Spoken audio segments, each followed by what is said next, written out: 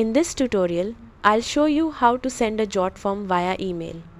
Open your browser and go to jotform.com, then sign in to your account. From your dashboard, find the form you want to share and click Edit Form. Once the form builder opens, click the Publish tab at the top of the page. From the left sidebar, select Email.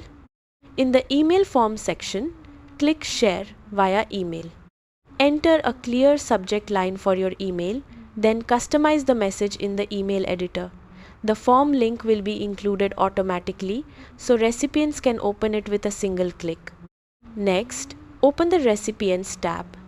Enter the sender name you want recipients to see, then add one or more recipient email addresses.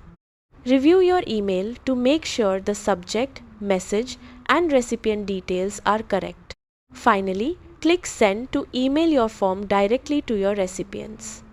That's how to send a Jotform via email. Thanks for watching.